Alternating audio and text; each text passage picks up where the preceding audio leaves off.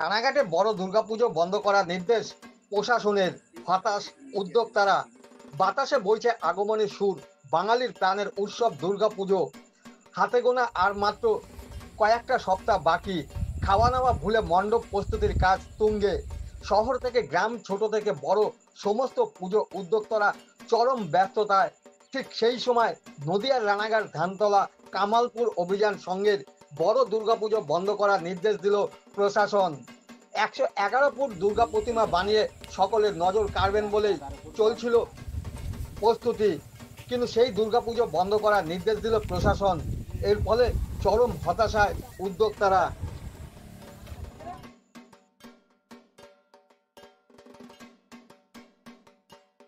পুরোপুরি আপনারা একটা কি দাবি রাখছেন? এটা কি আমরা বলতে এখন চাইছেন? মাননীয়ার কাছে একটাই দাবি। দেখুন, সমস্যা তো আছেই, সমস্যার সমাধান তো থাকবেই। তো আমরা একটা জিনিসই দাবি করছি যে এটার একটা সুষ্ঠু সমাধান হয়ে যাতে আমাদের পুজোটা কোনো রকমভাবে অসুবিধা না, কারণ এটা একটা গ্রাম, গ্রাম চাইছে, শুধু একা আমার গ্রাম নয়, এর সাথে এখন যুক্ত আছে ধরুন ওই সাহায্য অর্থে আরও ২০টা ক্লাব এর সাথে যুক্ত হয়েছে। আরও ধরুন আশেপাশে আরও ১০-১৫টা গ্রাম এর সাথে যুক্ত হয়েছে।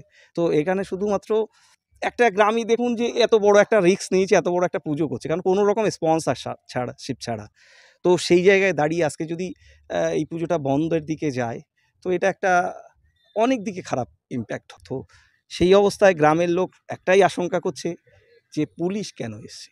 পুলিশ দেখলেই এদের একটা মাথায় একটা সবসময় একটা ভয় কাজ করে, বোধহয় কোনো একটা কিছু হচ্ছে। তো সেই জায়গায় দাঁড়িয়ে যাই হোক, সবাইকে আশ্বস্ত করা হয়েছে যা হোক একটা সুষ্ঠু সমাধান।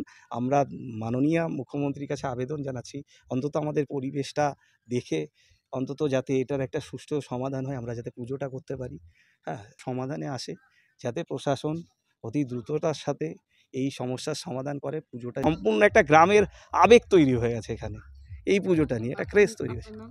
আমার নাম সুজয় বিশ্বাস। এই প্রজেক্টটা ক্লাবটার নাম? টোটালি রেডি করেছিলাম, তারপরে আমরা শিল্পী নিয়ে সবাইকে কাজ করেছি। গ্রামটা আপনার অভিযান সংঘ, এটা পুরোপুরি রেজিস্টার্ড ক্লাব, এটা ১৯৭০ সালে তৈরি হয়েছে।